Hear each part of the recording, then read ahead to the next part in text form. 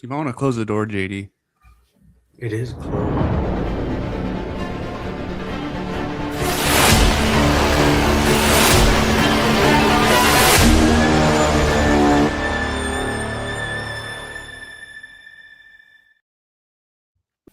Hello, and welcome back to another episode of Why So Sidious, a Nerd podcast. Joining me today are my co-hosts, Jeremy and Andy, and we are bringing you another edition of Week in Geek. We are, of course, live on YouTube if you want to catch us out right when the news comes. And today we have a pretty stacked episode once again, as most of our Week in Geeks are. We have the Lanterns trailer, the Boys trailer, some more Two-Face, and also his father, Christopher Dent, in the Batman 2. Mysterio coming back for Avengers Doomsday. Snyder Justice League continues, of course. It's always out there. And much more. And don't forget to check out some of our recent episodes. We have our coverage of Fallout Season 2 is now out on Apple and Spotify, as well as Night of the Seven Kingdoms Season 1. Amazing show, critically acclaimed. We all loved it around here. Andy, you got to go check that out soon. And of course, our episode with James Caan, the author of the Return of the Jedi novelization and many more books. That episode has been out for about a week now, so go check that out. It was a great episode. A guy who met Steven Spielberg and George Lucas. Come on. And don't forget to check us out on social media. We have some clips up of that episode on Instagram, TikTok, X, and YouTube. And leave a 5-star review. Check out our website. JD's been working hard on the website. It's still coming along. Is it available to view now, or is it in like a creator mode? All these recent upgrades will not be available for a couple days. Yeah, okay. So it'll be, but it's still up and ready to go. The links are on all our socials, bios, or whatever you call it, description. Find out some more about the podcast there pretty soon. And check out the merch store. Get a coffee cup, t-shirt, sweatshirt, whatever you want. All right, well, first, let's get into the Lanterns trailer, a show I've been pretty hyped for. A quick breakdown of the trailer. Jon Stewart wants his ring. He hasn't gotten a ring yet. And it shows him, Hal crashing the car off the side of the cliff. So clearly he survives that. I definitely feel the True Detective vibes. The local police aren't down with the Lanterns, but it seems like maybe they're like undercover at first. I'm wondering if they tell the local police their true identity at the beginning.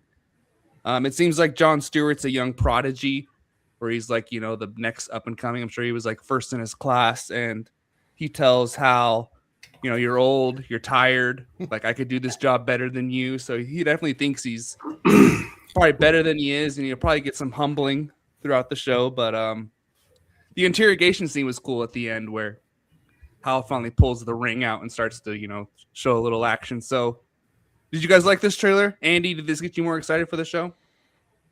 I mean, I was excited for it already. I don't think it amplified the hype any more for me, but I do like the vibe of this trailer quite a lot. The fact that it's a bit darker to what we've already seen from the new DCU, and like you said, the whole True Detective vibe about it.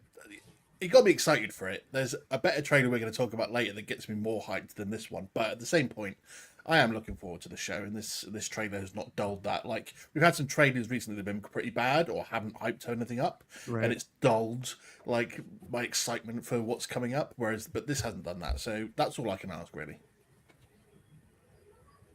JD? I loved it. I loved it. It was so different from what I expected. And I saw a lot of stuff online from our posts, a lot of comments. People are not pleased about the Green Lantern uniform, how they look at all. Very not comic accurate, right? Like the whole vibe of the show feels way more grounded and gritty than the Green Lanterns. Kind of feels more cosmic and epic. So that was interesting. And usually that's something that might bug me, but the trailer just looked so good. It didn't bother me whatsoever. It fit the vibe of the show. And part of me feels like these uniforms will kind of maybe evolve or change, or maybe once they go into space travel, it'll look more comic accurate. I'm sure we'll get a little closer to that. But even if not, don't care. Show looks great. Kyle Chandler looks like he's at the top of his game. Had a lot of funny lines. Just his whole, it's very Hal Jordan, like the impulsive, brash kind of behavior. He's like, you got to learn your stuff before you could wear the ring. You're just a rookie, blah, blah, blah. But all right, jumps out of the car, survived, put the ring on. That's pretty good. And one of them's a fucking squirrel, right? Like I'm one of the few humans. One of these guys is a squirrel. They're aliens. Super funny. Yeah.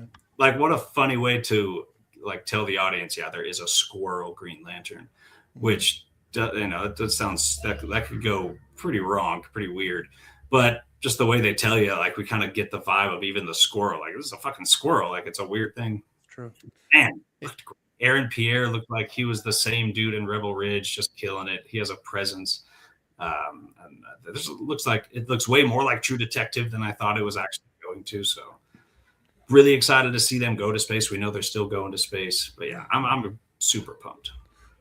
It was interesting on all the complaints being like, "Oh, where's the green? You can't have a Green Lantern's trailer or Green Lantern show without having like the green hue of everything." It's like, grow up. Like this isn't an animated child show. You don't need to show that in the trailer. It doesn't need to be everywhere. This isn't Ryan Reynolds' Green Lantern. So let's just get over that and let's just let it be.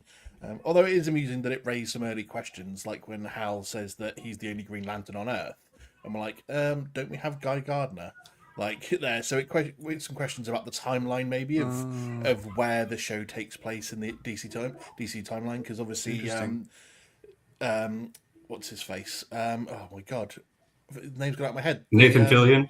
No. The guy, Aaron Pierre, the guy running the whole DCU. It's James Gunn. I don't know why the name went out of my head. That happens. It happens. Yeah, dude. He's like it's not a linear timeline. He's like you can jump around, and it's like Star Wars where you can just hit different bits wherever you want. It doesn't have to be in like it's not like the MCU where everything came out in timeline and order. So it's really interesting to see where exactly this does fit into the timeline. You could always say he got summoned to Oa or something like that, and he's in space. But I don't know. That is weird. Could be a different time. But you know what? And sorry, love. But real quick, Kyle Chandler and Nathan Fillion, I feel like will do so good on screen together. Kyle like getting annoyed at Nathan Fillion's ridiculous behavior, Guy Gardner. So I can't wait for that chemistry on screen either. That's interesting. You were so intrigued with the trailer, though, JD, because I was going to ask you. I know the trailer, it seems like it only shows the first couple episodes, but I was going to say, do you think they're playing it too safe to try to like entertain a wider audience to where they don't want to like do what they did before, where the Green Lantern movie was a total disaster? So they're trying to like make it more True Detective, more like HBO prestige, so more people will watch it. Or do you think they'll like actually dive into like more Lantern stuff later in the season?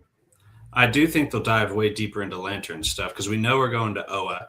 But I don't feel like this is safe because it is so not Green Lantern. It's so far from the comics. Like out of any comic book trailer coming out, this feels so much farther from the source material than most trailers feel.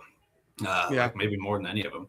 So it feels like a freaking Hail Mary in kind of a weird way. But I like the perspective of like, this isn't going to be a goofy, green, glowing Ryan Reynolds repeat. So maybe you're right about that.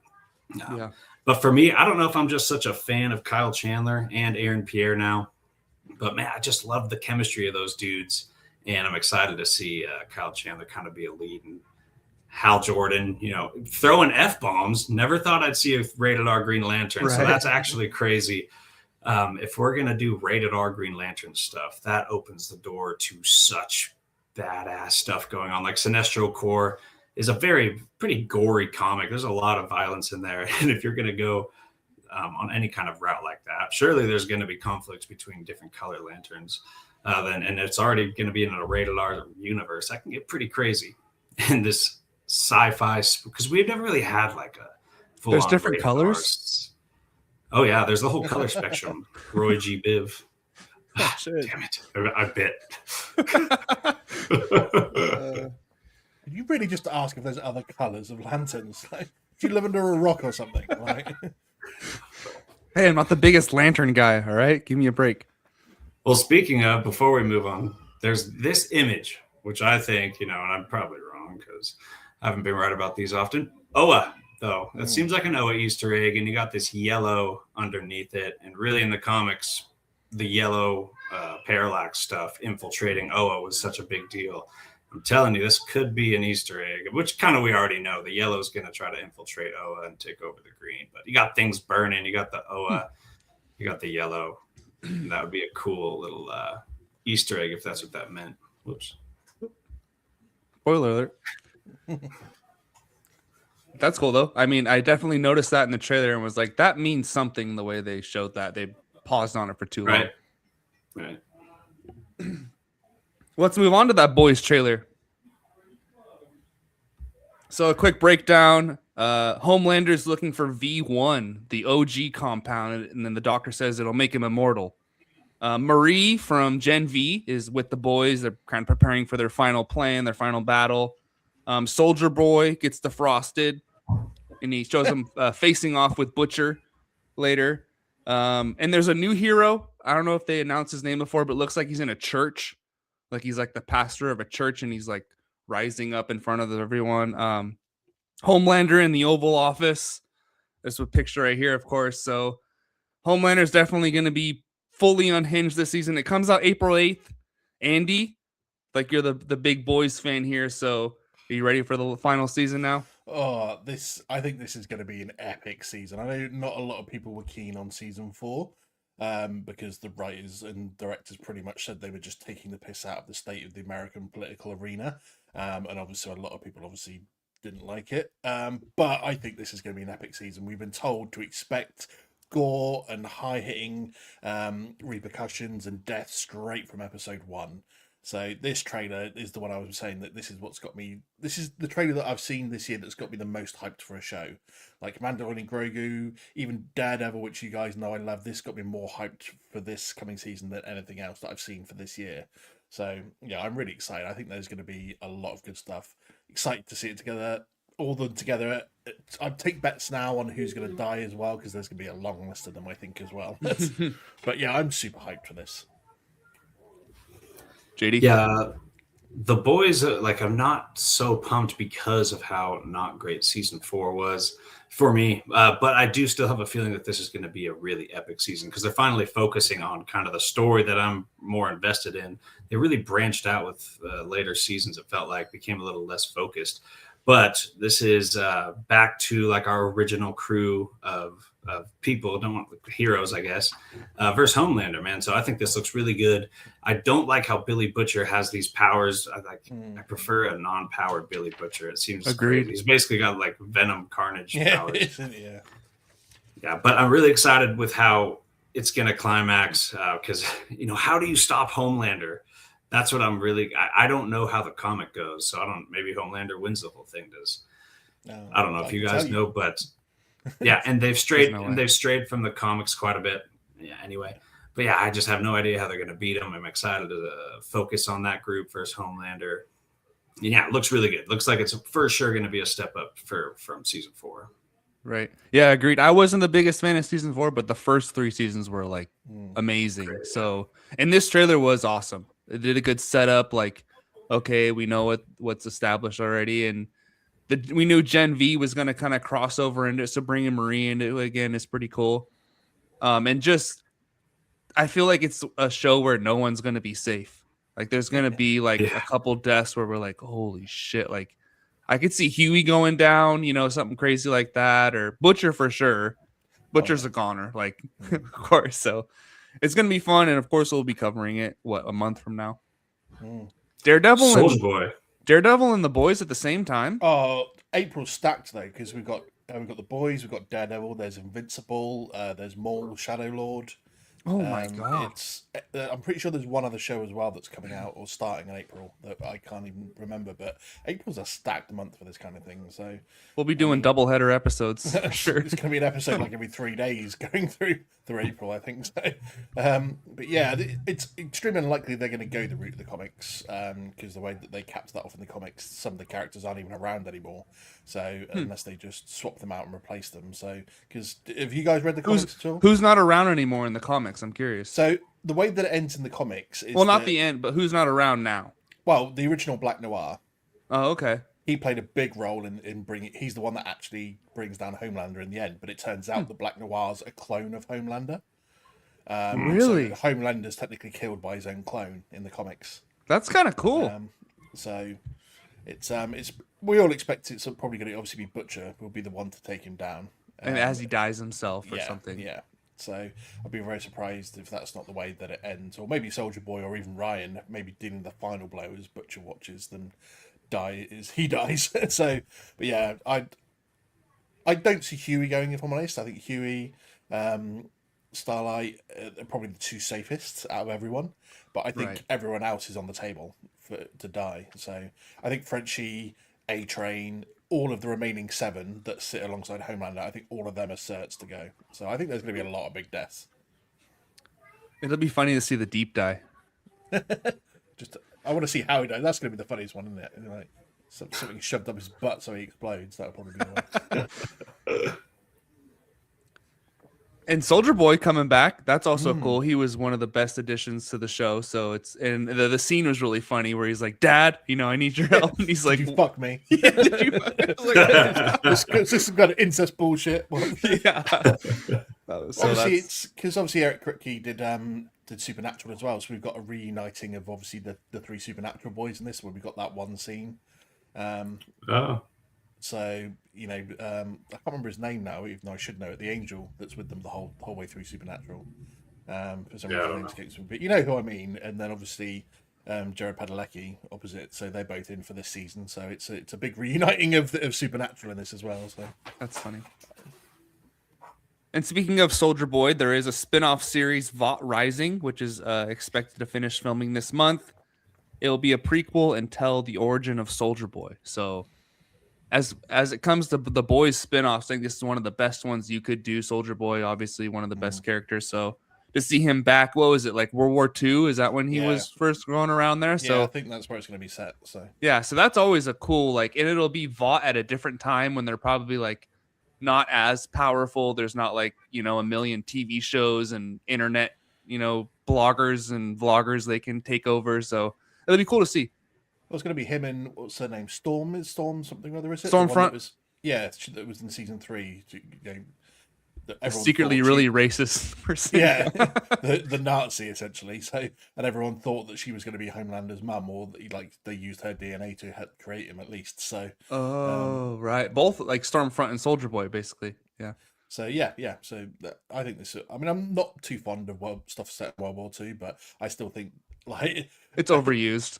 I think Soldier Boy in is just the boys. Addition. Yeah. That type of humor and style in World War II is something different we haven't seen before, I'd say. But I do love the character of Soldier Boy, and obviously the actor as well. I think he's really good, and I just love how he's played this character. So I can't wait to see a bit more of that. Batman. Are we still down for Jensen Ackles as Batman? I would be. I would absolutely be. Brendan Sklenar is my new one. After Housemaid, he's such a Bruce Wayne Batman. Anyway, okay. Dave, sorry, not Dave. I'm becoming my mother. JD, are you ready for a Soldier Boy prequel series? Does that interest you? Yeah, sure. I'm down. I would love Jensen Ackles in that role. I'd be down for it, sure. Okay. Are you a Gen V fan? I didn't love Gen V, so that's why I'm not overwhelmingly excited about another spin-off of the boys. Right. So even though I do like the character, but we'll see how if it turns out good, that'll be great. Yeah. All right, so some quick information about the Netflix, Paramount, HBO deal that went through. So it's kind of interesting to figure out that Netflix only wanted to buy the streaming services. And Paramount basically came in with a better offer for more money that was everything. So they bought the streaming stuff and all the linear television, TNT, CNN, all that crap. So they're going to combine HBO Max and Paramount into one service.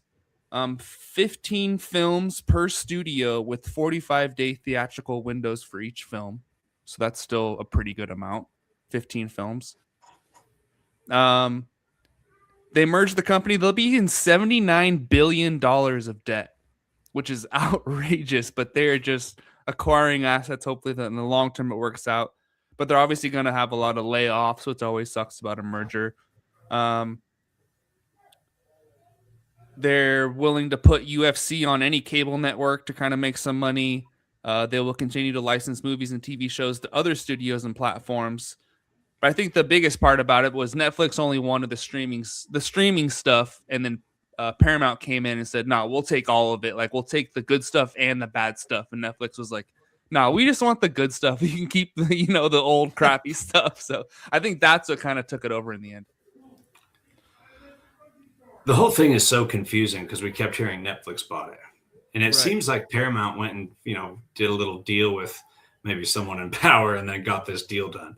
And it's just so strange. And, people are wondering about James Gunn, because I guess with Paramount is apparently going to be a little more of a right-winged oriented situation, and James Gunn maybe more left oriented. And people are wondering if James Gunn, not worrying if he'll get fired, but if he'll literally just quit because he doesn't like this deal, which I don't think that'll happen, but it's a crazy rumor that's kind of going around.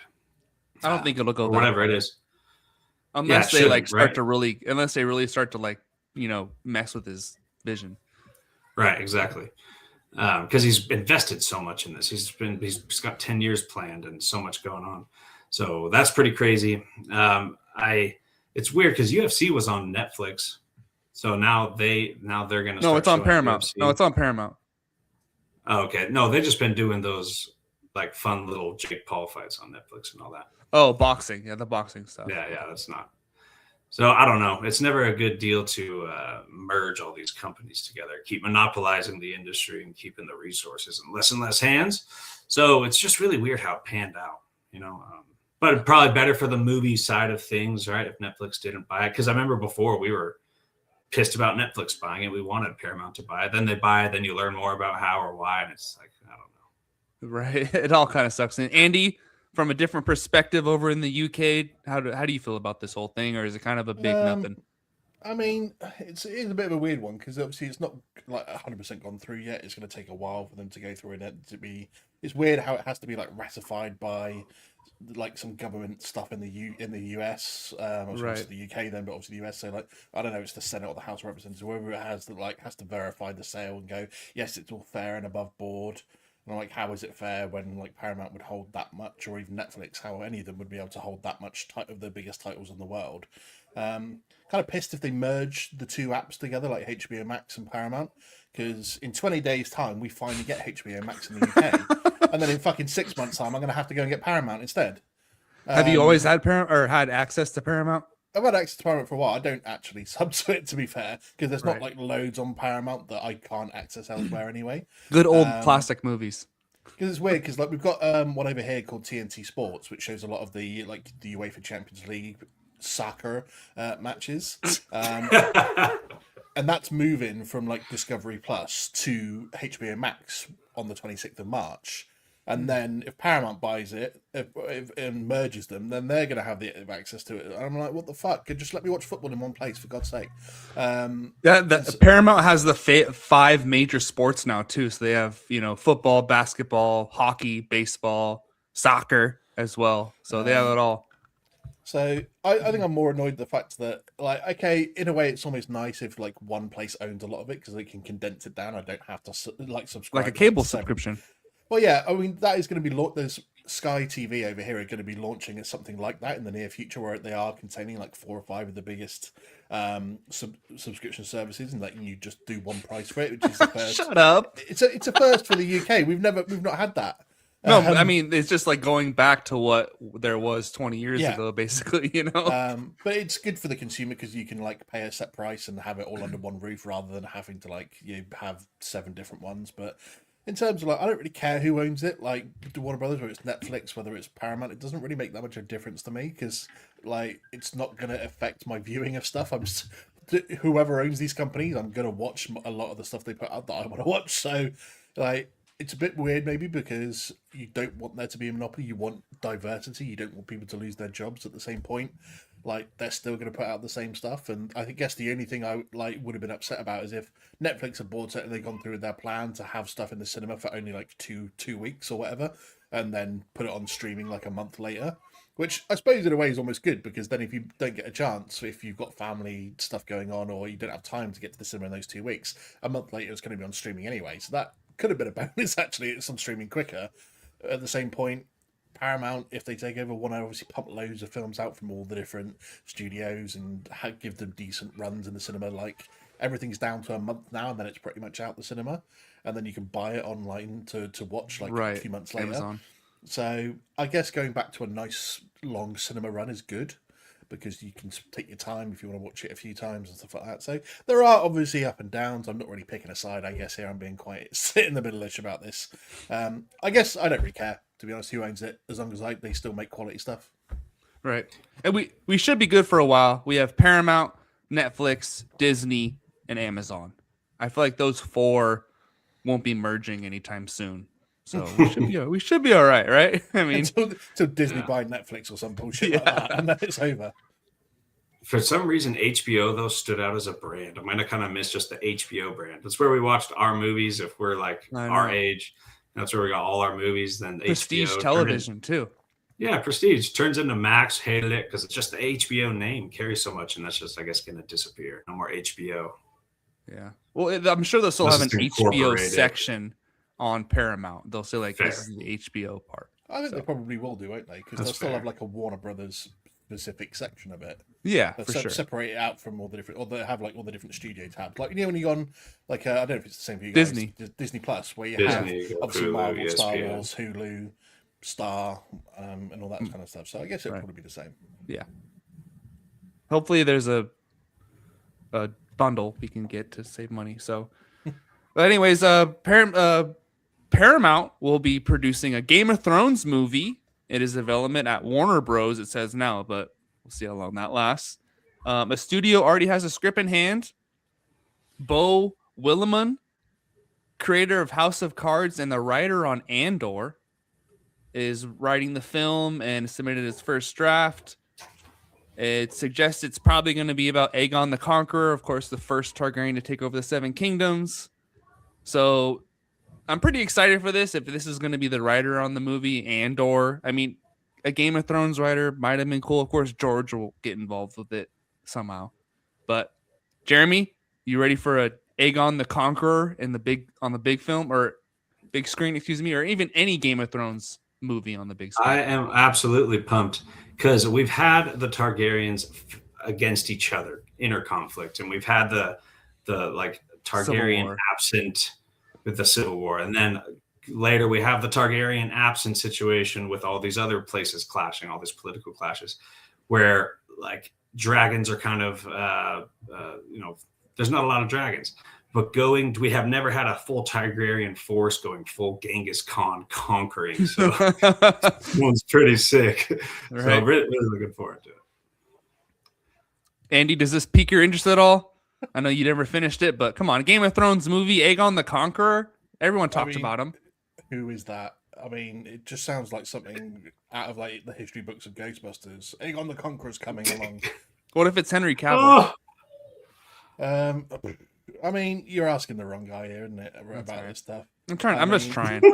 The only interesting thing I heard about this week is that someone claimed that George R. R. Martin had already finished the last book of Game of Thrones. He was just waiting till he died for it to be released, so he didn't have to deal with the backlash. That's sad. Yeah. It makes me sad. It is really sad. But he wouldn't make the money, though. How much money he can make off of Winds of Winter? Like, that's a good point. It's already stacked, though. Yeah, he's good. Yeah. Well, Andy, I have another topic. Will this get you interested in Paul Bettany as Voldemort in the Harry Potter series? We've already. I mean, Dave hates me for this already.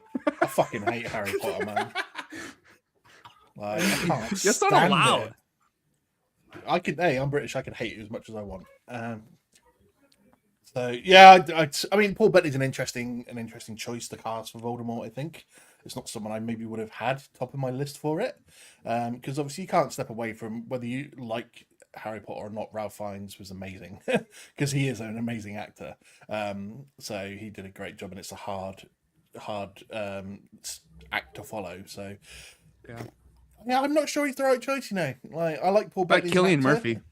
Yeah, but you guys want Cillian Murphy as every bad guy and everything. So I'm surprised you guys don't have picture up wanking over him. You love him that much. But he's yours. Don't take him from you. I'm just not. I like Paul Bettany. I like a lot of the stuff he's been in. I'm just not convinced he's a Voldemort character. That's fair. JD, you watched the Harry Potter films recently. Can you see it? Yeah, they're all right, but I can absolutely see Paul Bettany. He just has that eccentric, sinister look. I think he can pull it off. I think it's And the next best from Killian. yeah, I mean, I don't know. I haven't really considered Voldemort because I'm really not attached to that series much at all. Really love the first one, a lot of nostalgia. There's enough, and a really fun little story. But Where's not Dave a when I big need Harry him? Potter fan. What? Where's Dave when I need him? Yeah, I'm alone here. I mean, how much do you actually like the Harry Potter franchise? Is it? I mean, do you love it or you just like it a lot? I mean, I wouldn't put it above any of the main, any of the things we actually talk about on this podcast. But I do enjoy the movies. Like they're fun to rewatch. They're very rewatchable. The Voldemort stuff I like how they wait till like the fourth movie to bring him in. So it's cool. I think they did a good job with Voldemort throughout that whole series. He was built up in the background really, really well, and then the climax with that was solid too. Yeah. I mean, let's not get started on the climax because he can't even beat a school. Let's. I get it. I get that all, but like aesthetically, you're sitting there watching it. It's pretty good. And then you're like, yeah, Voldemort sucks. So as far as villains, Henry Cavill is looking to buy the Witcher rights to revive the whole franchise. Andy, you were kind of told me about this. I'm not too familiar with this, so it was just something that popped up that he's been looking into doing it because obviously he was such a big fan of the games and the lore, which is obviously why he wanted to play Geralt in the first place. And there's all the stories that came out from when he was on the set and he was correcting the writers and going, "What you're writing makes no sense. This isn't right. You need to change it to this." And they either said okay or told him to shut up because they're just like, "We're the writers here, not you." And obviously this is what partly led to to him leaving the franchise. So he's like, sod it, I'm going to buy it, and then I'm going to go back and star in it, and Liam Hemsworth can fuck off. I mean, I think this is what Dave's talking about in the fact that he just said, isn't it a little late at this point, like for him to come back into it, like if they do a season 5, for example. So, but who wouldn't want Henry Cavill back? And then if he's got the rights to it, he can do spin-offs, he can do whatever. He can voice the character in games if they do any more. He loves that kind of shit, doesn't he? He's all about the wizardry in the fantasy world. So, Warhammer. Yeah, exactly. So, I think it would be a fun move to see someone that cares about it that much and is that pissed off at the writers correcting him and writing stuff out of character for characters on the show that he then goes, well, fuck you then. I had to leave the show because of how bad you were, so I'm going to buy the rights and make sure it's done right. That's the kind of passion I love to see. Right. It's surprising like someone wouldn't have stepped in and like he should have gone to Netflix and been like, hey, like the people you hired don't know what the hell they're talking about. Like, let me be the executive producer and the star of the show and let me kind of, sail the ship the rest of the way and ride us home. Because the first season was good, but it was still it was confusing. Something was off. Season 2 was better, I'd say. And then it just kind of got confusing. And then obviously season 4, he's not back for it and it all fell apart. But it definitely needed like a true fan as the show writer. Yeah, you're not wrong. Because season 1, it took me 2 attempts to watch it. Because I remember watching it the first time around and getting confused with the jumping back and forth. Right. And so I think I stopped after 2 or 3 episodes first time around, gave it a bit of a break and then went back to it and went, okay, I can kind of understand it a bit better now. I know it's supposed to be time jumping and I understand that concept of it. So yeah, it got season 2, I think was probably the best season out of all of them. Season 3 was a bit more of a downer. Not gonna lie, I've not even started season 4 because I'm just dreading having to watch it without Henry Cavill there. So I am gonna watch it at some point just because I need to watch and see where the story goes since it's every other actor and actress has come back apart from Henry Cavill, so I need to give it that due and watch it. But I don't hold high hopes for season 4. But bring it back, Henry Cavill. Let him do season 5. Sod it. Right? There's pretend season 4 never happened. Yeah, good do. Okay, let's move on to Marvel. Spider-Man Beyond the Spider-Verse will explore Miles' relationship with his parents. We came upon a really wonderful notion, which is when your family is broken apart by your calling, your talents, how do you put them back together? How do you have it all?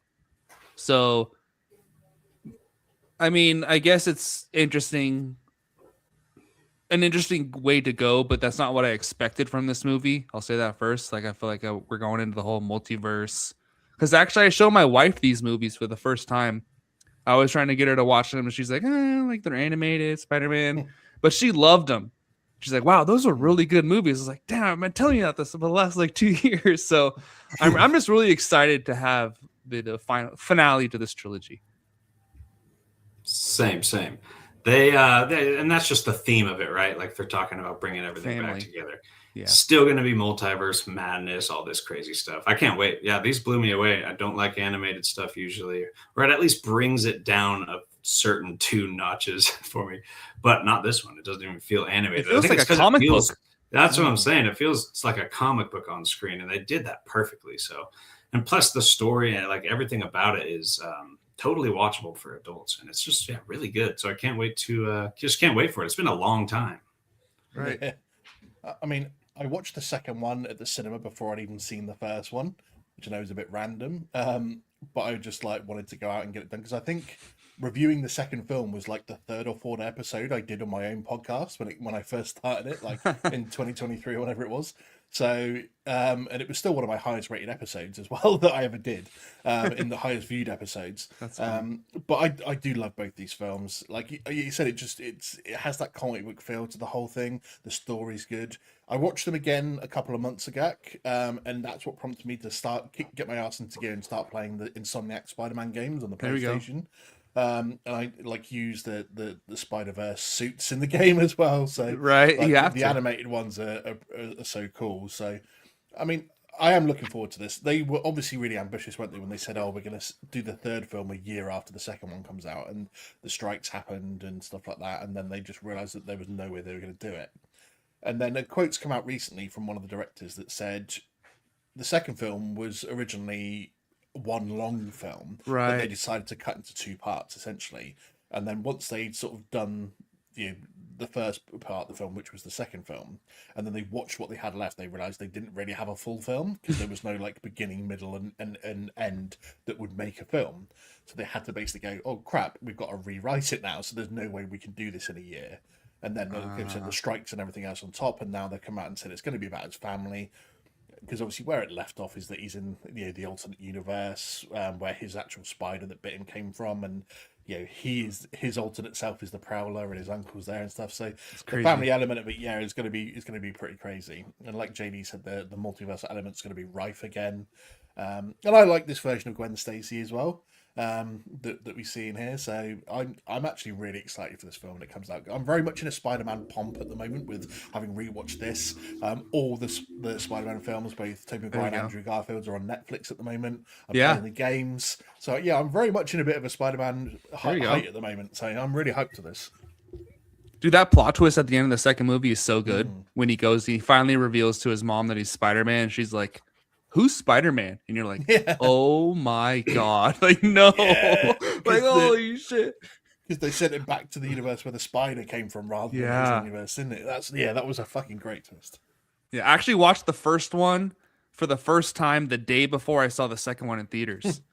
Nice. So that was a little good back-to-back for me. So yeah, I love the Spider-Verse movies. Jake Gyllenhaal was asked if he'll return as Mysterio in Avengers Doomsday, and he said, "Oh man, I'm not the one to ask about that," which is a very weird answer because you are the one to ask about that. You are Mysterio. Who else would we ask besides Kevin Feige or the Russo brothers? So I don't expect him in the movie, but the answer was kind of weird, so that's why I kind of put it in the notes for us to talk about. So what do you think about this, Andy? Do you think this is mysterious for Mysterio, or you think he's just messing around? I think he's about this is I don't want to see his version of Mysterio to come back. I want to see a proper version from like an alternate, not a con, a con artist, alternate universe come in. And be a more like the actual Mysterio rather than the tech-based Mysterio that we got. So it might just be that he knows there's a Mysterio coming back because they've said, by the way, we are bringing Mysterio, because they might have gone to him and said, just so you know, we are bringing Mysterio back, but it is going to be a different version because we want to move on. Technically, you are dead. So we want to move on from that, and we just want to let you know. So he is not the one to ask about that. The actor who's playing him now is the one to ask. Yeah, I just think that it could be that thing that they've just turned around and gone, look, we just want to let you know Mysterio is going to be in like Secret Wars, but it's just not going to be you. Sorry. So we don't want you to get like disappointed or upset when you see the film that there's a Mysterio in it and it turned out to not be you. So we'll probably just give him a little heads up or something first. That's fair. Yeah, you never know with those responses. Like, they're always so coy. You never really know if it's coy on the side of lying or coy on the side of, like, I'm just not going to talk about it. Or an NDA. And we're also in this age where anybody could appear in any of these movies. So, like, sure, I could see him pop up. Even a variant, you could always say that. But I don't really see Mysterio playing a role in this much. I don't really expect to see him in either movie, period. But you never know nowadays. You could throw a variant in there. I personally did kind of like the twist of his powers being a modern kind of con artist. In a way, it was really fun for the movie. I just don't think it's a very deployable method of powers, because you could be stuck somewhere without all these drones following you around and be screwed. So it's not that useful, but it worked for the movie, and I kind of liked how they spun that. It did work, but yeah, don't care, and I don't think he'll be in there anyway.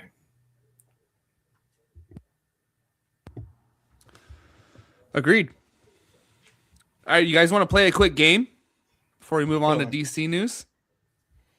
You guys down for a little game? Go. Let's do it. Okay, let's do. Well, last time JD and I did a little keep 5, cut 5 Marvel movies. So now we're gonna do a blind ranking of 10 villains. It's Marvel, DC, and Star Wars. Ooh. So obviously you have to rank them 1 to 10 before you know what's coming next. So I have a piece of paper here. Ooh, yeah, interesting. You have to rank it before you know what comes next. So I normally do this with hot women on TikTok, but okay, we'll go villains. Okay, hold on a second here. Get it. Let's get it cooking. Okay.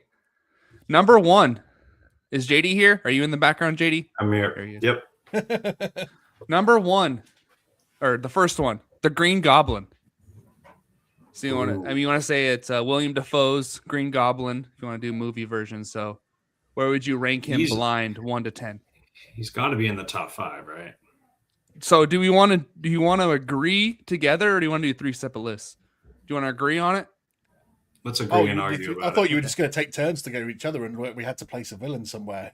No. We can either do 3 separate lists, or we can all agree together on a consensus. Oh, let's agree, because otherwise we do 3 separate lists, we might be here forever. Okay.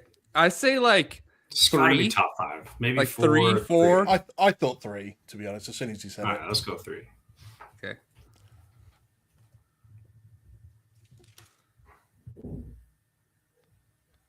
All right, next. Loki. Ooh. Well, he's become a bit more of an anti-hero, though, isn't he? So yeah, but still, it's a villain.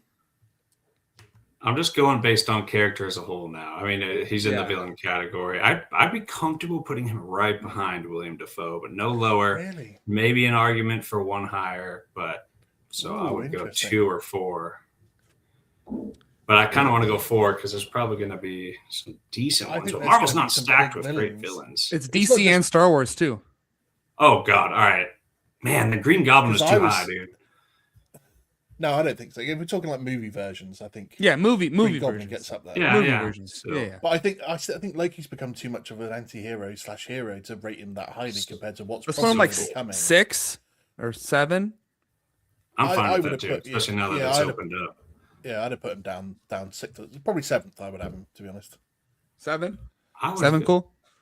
All right, I'll go 7. JD wants 6. Let's put him 6. 6. JD. 6. Okay. 6 is good. Look, he's good, man. 6, 7. Okay, Kylo Ren, little wild card here. Interesting.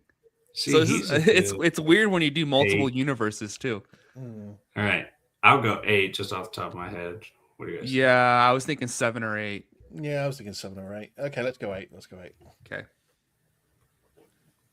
It's got the Skywalker wine going on, but that's not a benefit at this point, is it? Oh, the Joker. You want to go Heath Ledger? I mean, it just says the Joker. We can pick Heath Ledger. It's Jared Leto, 10. Done. But yeah, you don't get better than that. So he's one.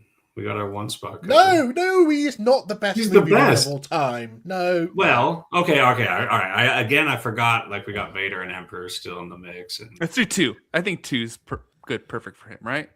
Andy? yeah, that's fine. I'll let On you two, 'cause screen. I'm gonna disagree about this. So Where would you put him? I would go fourth. Okay, interesting. Yeah, he's Maybe better we than should have Green put Goblin. Goblin fourth. I think I'm Yeah, not saying. Don't get me wrong. I am not saying especially- he's bad at all. I'm definitely not. I do think he's tremendous and did it. And in those films, he's tremendous in the film. I just think he's been so glorified over the years, and it's become a little bit overrated. And so therefore, he's not as fair. good I as mean, everyone seems to make. it's only out one over the movie. long term. Yeah, exactly. It is only one movie. That hurts it. But every time I rewatch it, I'm still like, yeah. It's so. he's I the mean, man. it's so good. Yeah. It's so good. He does just like everything. That table scene and the underground with the pencil, everything he did in there was just nuts. I But think man, that- yeah. So Green Goblin is too high. I was thinking. What about Marvel. if like Thanos? I think of Thanos. Who else in Marvel could top Joker? Well, we're talking villains. Villains, yeah, just villains. Thanos. top Heath Ledger's?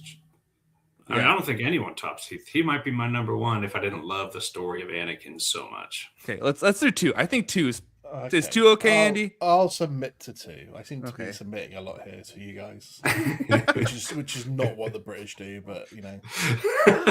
I think Green Goblin should have gone lower, but we're already. I agree. We're already there now. Too late. Okay. Number 2 then. Okay. Oh shit! Oh no, Darth Maul. Oh, okay. Well, we still have number 4 open, don't we? We have Oh, 1, no, 4, he's 5, not that high either. 7. Okay, good. I just Okay. wanted to give me some padding room. You think he's better for than quiz. Loki? He's obviously better than Kylo Ren. Do you think he's better than Loki? No, he doesn't have enough. I think I he's don't know. better than Clone- Kylo Ren. Yeah. Yeah, because of I Clone think- Wars. Well, yeah, definitely. Actually, levels. So before I would put Clone him Wars, 7th. even before Clone Wars. No, Sorry. not, like if his only appearance before that was Episode 1, and I wouldn't put him over Kylo Ren for that. I guess you're right. Because like Qui-Gon's the only battle he's ever really won. The other lightsaber battle he's No, had you're were right. lost. You're right. That's true. Apart from the Inquisitors, but they don't really count because they're only like half. So you want 7? I just You get 7 in between Loki and Kylo Ren. Yeah, I think so.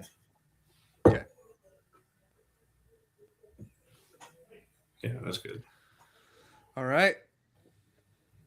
Ooh, we're getting bangers.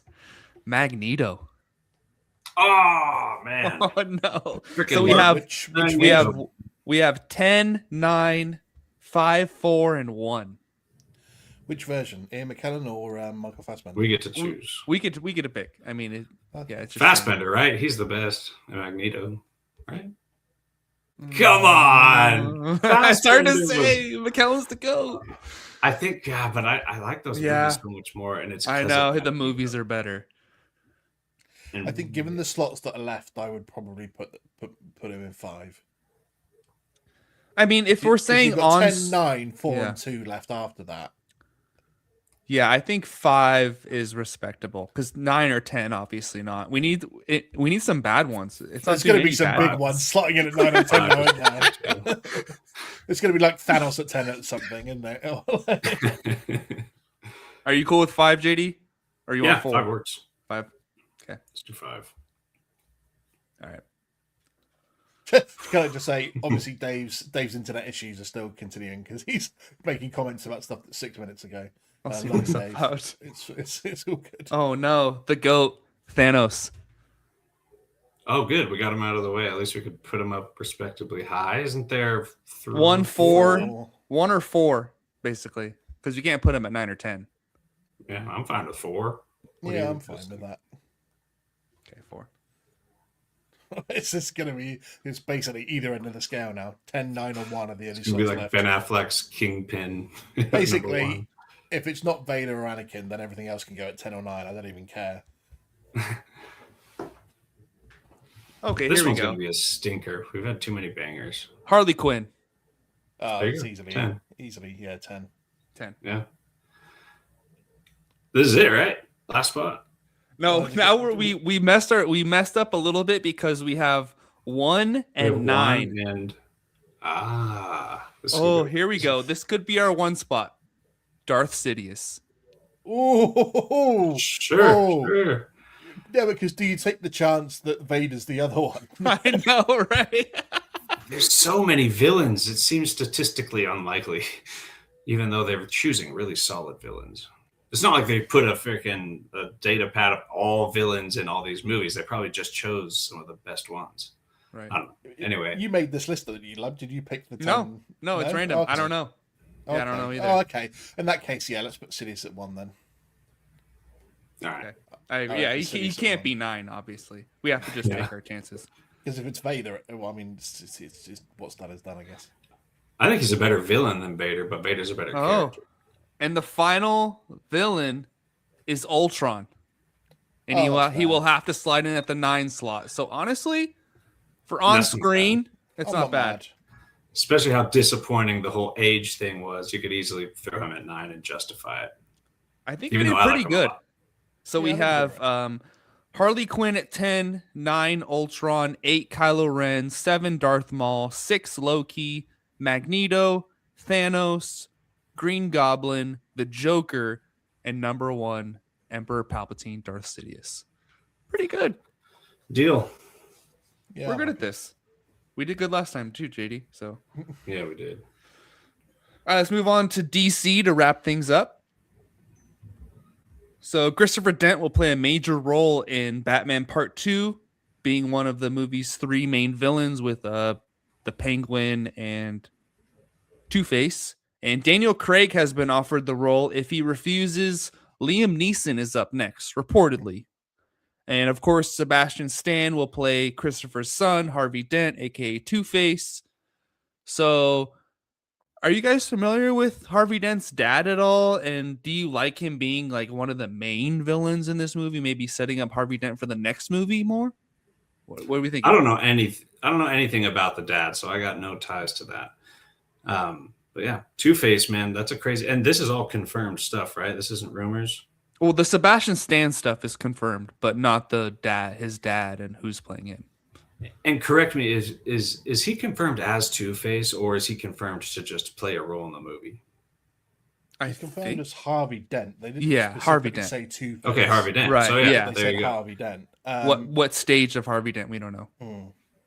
It Yeah. seems like it's going to be more like flashbacks, though, doesn't it? Right? Because, like, why would you hire Sebastian Stan to play Harvey Dent if then you're going to have someone like Daniel Craig or Liam Neeson as his dad? Because the age gap isn't. Maybe Liam Neeson, you can say the age gap is big enough to have his dad in there at that time, but Daniel Craig isn't old enough to really to pull off being Sebastian Stan's dad.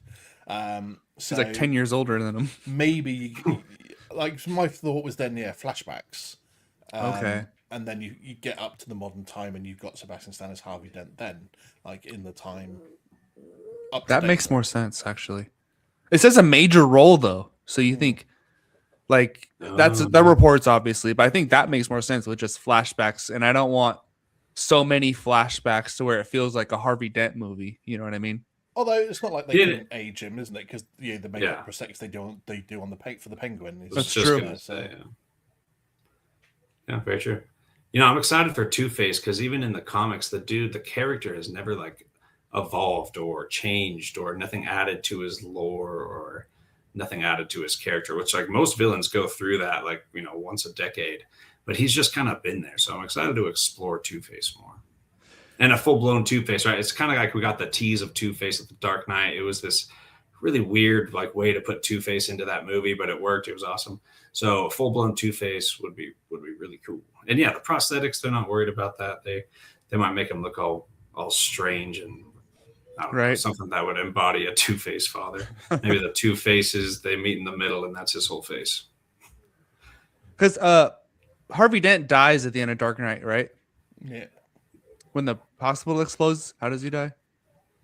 He gets knocked down that hole, right? With the threatening that family. Oh, right. I bet if Christopher Nolan knew in advance, he would have kept him around for Dark Knight Rises because, like you said, we never really got a all I know is Tommy Lee Jones as Two-Face, really, and that's just like a mailed in, comical, over the top portrayal as Two-Face. So, I mean, I guess the whole courtroom stuff was a part of the first Batman, but I guess Harvey Dent wasn't the person I was expecting for this movie. I was hoping they'd go more Court of It has. Owls or like a Scarecrow or like something more like horror kind of more Dude. I feel like it's different vibes in the first movie in a way. You know, it would be funny if they just had never planned Court of Owls this whole time. We're never going to go that deep. We're always planning to stay super grounded, and everyone's like, Court of Owls, Court of Owls. And then they just were like, no, Two-Face, and then probably Penguin next. You know, just good grounded Batman stories, which would still totally be fine. Maybe Bruce Wayne's dad and Harvey Dent's dad were both in the Court of Owls back in the day. There you go. Yeah, I like that. Like a connection between their two dads. That could be something they do. Thomas Wayne and Christopher Dent were homies back in the day doing some secret shady stuff. Yeah, he was like an old doctor with him. Old doctor with what's his name? Thomas Wayne. Mm-hmm. Something like that. Yeah. So we'll see. And Negan from Walking Dead is already was that Ben Affleck? Sorry, I don't know.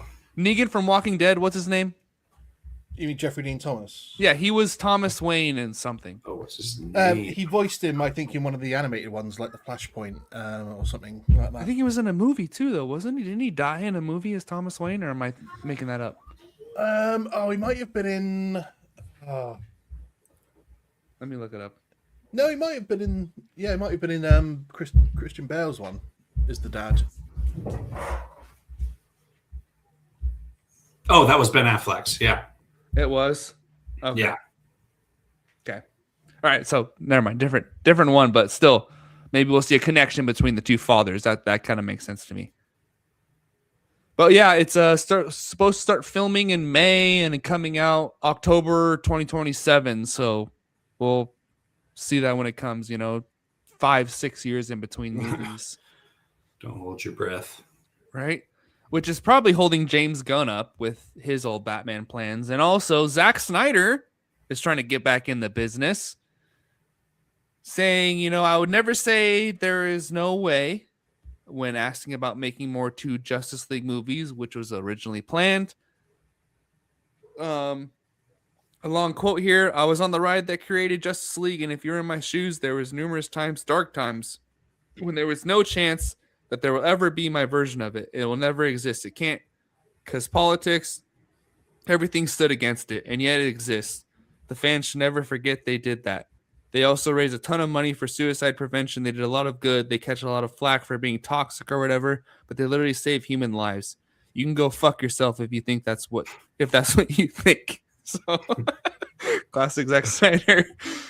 So, if in some crazy world Zack Snyder's Justice League was to be reignited from the grave, would you like a comic book or an animated movie? JD? Since JD, I know Andy's going gonna first, because I'm gonna spew some on this. Yeah, JD, go ahead. We should get the bad news out of the way first. Andy, you should go ahead and cook. I cannot stand this guy anymore. Like, he is such a sycophant of his own work. It is unreal. Like, he's only ever made one good film, and that was Man of Steel. 300. Come on. Okay. I was talking about, like, in terms of the comic book stuff. Like, I mean, there's two. There's 2 total. I mean, out of all of them, there's only 2. Okay, but in terms of but we're talking about things like when you look at Rebel Moon and stuff like that, and the guy just thinks he's like God's gift to cinematography, and he's just an arsewipe that he can't flush down the toilet. You don't like slow-mo? He's just these ridiculous comments. Like, no one wants to talk bad about what he went through when he had to leave Justice League and what happened with his family and stuff like that. And yes, some fans went out there and raised a hell of a lot of money, but it doesn't mean that part of the fandom that is so dedicated to him isn't toxic, because they fucking are so much. And for him to come out and say something like that and go, just because they raised money. Yeah, well, not every part of your fandom went out and raised money. The ones that did, fair play to them, they did a great job. Yeah, no one's ever going to doubt that. But you can't sit there and say that fuck you if you don't like these fans, because so many of them are toxic. They piss me off. They don't let things go. They bring down James Gunn's DCU just because they're so up Snyder's ass, like they can taste what he's having for breakfast. So the fact that he lashed out as well at the Lanterns trailer, going, "Oh, that's what it looks like. It looks so dull and so unappealing." Like, I made some of the CGI for my version of Justice League in my garage, and this is what they're coming out with as a production for it. Like, fuck you for saying that, Zack Snyder. Like, you're an arsehole. I really don't like you anymore. So for me, you can go fuck yourself. I never want to see a comic version. I don't want to see an animated version. I don't want to see another film of his again until I drop dead, to be honest. So, like, he can just do one. Your fans are toxic, whether they raise money or not is neither here or there. That's for something completely different. You've got one of the worst sets of fans out there, and I come from the Star Wars fandom, so it's unbelievable how bad some of the Star Wars fandom can be. But to me, the Snyderverse is worse. The fans. So yeah, fuck you, Zack Snyder, for saying that. I don't care if I get flack for it. You have made some bad comments recently. This leaves a bad taste in my mouth, and I don't want to see an animated or comic version of your shit. So, JD, say something nice. Well, first, it kind of parallels George Martin's kind of route. Like, his first few Game of Thrones books were just raw, so good, full of creative potential. And then he can't even finish a series because now he's like worried about public opinion. That feels like what Zack Snyder's going through. Came out pretty hard, made like, 2 out of his first maybe 3 or 4 movies was 300 and Man of Steel. And it was great cinematography too. Like, he did stand out with that, but not story wise necessarily and this and that. But then all of a sudden he gets popular, that the opinions go into his head too much, and he doesn't have like good stuff anymore. It's all so bad.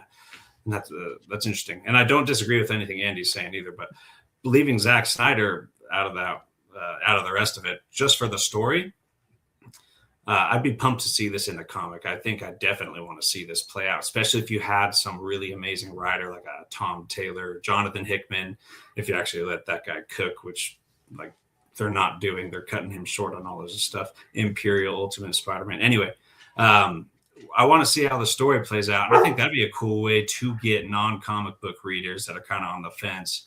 A lot of those people would pick up that comic to see how that story finishes. Probably that'd probably be a lot of people's first comic, and maybe they'll start buying more after that. Could be good for the comic book industry. And there's so many people on this planet that are, kind of like Zack Snyder's universe, are invested in it and would want to go, see how it ends. So yeah, I want to see that done in a comic way over an animated movie. I think it's, got a good 4-5% chance of happening. It's not like it's not going to happen, but probably not. Yeah, I would like it though. But Zack Snyder, yeah, I agree with everything Andy said. Yeah, I agree with Andy too about Zack Snyder and the fans. They're pretty toxic, but also at the same time, the Zack Snyder Justice League cut we got was a pretty cool tease. Like, by the end, it was so long. It was way too long. It was way too much. But at the same time, when you got the dark side coming in and like teasing what would happen in the next movie, I was like, yeah, I kind of want to see what happens next after this. So an animated movie would be cool because DC is pretty good at that. Their track record with animated movies is a lot better than live action. So I think, if I was James Gunn, though, I'd be like, hell no. Like, why? If I have any plans for Justice League movies in the future, why do I want Zack Snyder coming back and maybe taking some of those ideas from me? So if I was James Gunn, I would say, no, don't let that happen. But as a fan, if it's an animated movie, I'd be okay with it. I think animated is actually likely. And I think James Gunn would actually be down to let that happen. We saw like maybe last year, we saw a clip. He posted a shot of him and Zack Snyder, very friendly. I'm not saying they planned anything there, but I could see it, James Gunn getting together with him, figuring out what his story is, making sure it doesn't mess with the future of the DCU or confuse people. Could totally see him green lighting that. I think animated movie, I'd give that a good 10% chance it happens. But do you guys watch Rick and Morty at all? There's that episode in season 8 where James Gunn and Zack Snyder are both in the episode together, and they both voice their characters. So it's they have been together recently, maybe. Yeah, but, yeah, they're friendly. They're not. Yeah, they're not enemies. Right. All right. Well, that was another jam-packed episode of Week in Geek. We're in an hour now. Stay tuned for Andy. You're going to do a little gaming stream tomorrow or the next day? What are you thinking? Hopefully tomorrow if I'm not too tired, because obviously Okay. it gets a bit later at night for me to do them to match up with the time for you lovely people in America. Right. Either that or I have to get up ridiculously early at like 5 a.m. my time to stream to make it like 9 p.m. your time. So yeah, I'll keep an eye out on like Instagram or whatever to see if I'm going to be jumping on. But hopefully I'm enjoying Spider-Man. I'm not going to lie, I am playing a little bit in between streams because I get fair. into it, and otherwise I'm going to forget the fucking controls as well. Right. So I need to like play a little bit in between, just do some side missions just to keep it rolling. But yeah, it's been good. Love, you've had your poll up, haven't you, for what you should be playing next? Yeah, Batman Arkham Knight took an early lead, but Red Dead Redemption 2 is making a comeback. And honestly, I'd be down to play either one. I've kind of accepted playing back. I was hoping for Red Dead at first, but now I'll be okay with playing Batman if it wins. I'll let it go up for a week total, and then see what the results are. So, but yeah, it's between those two, Far Cry and Kingdom Come Deliverance, which was also one I wanted to play, are very low at the bottom. So we'll see how it goes. Because we were chatting, weren't we? We've got a stacked year for gaming coming up, and we were kind of like dividing the games up between us of what we Yeah. might live stream later in the year. Because we've got like GTA coming, obviously Wolverine, which looking forward to that. 007 First Light is going to be epic. Yeah. What was the other one we were chatting Star about? Wars. Star Wars Galactic Racer. Yeah, we might do a bit of racing together on that one. Yeah, we could play together on that. That one would be online. fun. Yeah, a little head-to-head racing online. So we'll see. I have to sweep up my racer first before I challenge you. I'm so competitive though. Like I don't let my wife win anything when we play like Mario Kart and stuff. So Yeah. get ready to lose, love. Oh, shit. Oh shit. All right then. Well, thank you for joining us on this episode of Week in Geek. Stay tuned for our next episode. Soon we'll be covering Daredevil and The Boys. So a jam-packed next month. So thank you for joining us. We'll see you next time.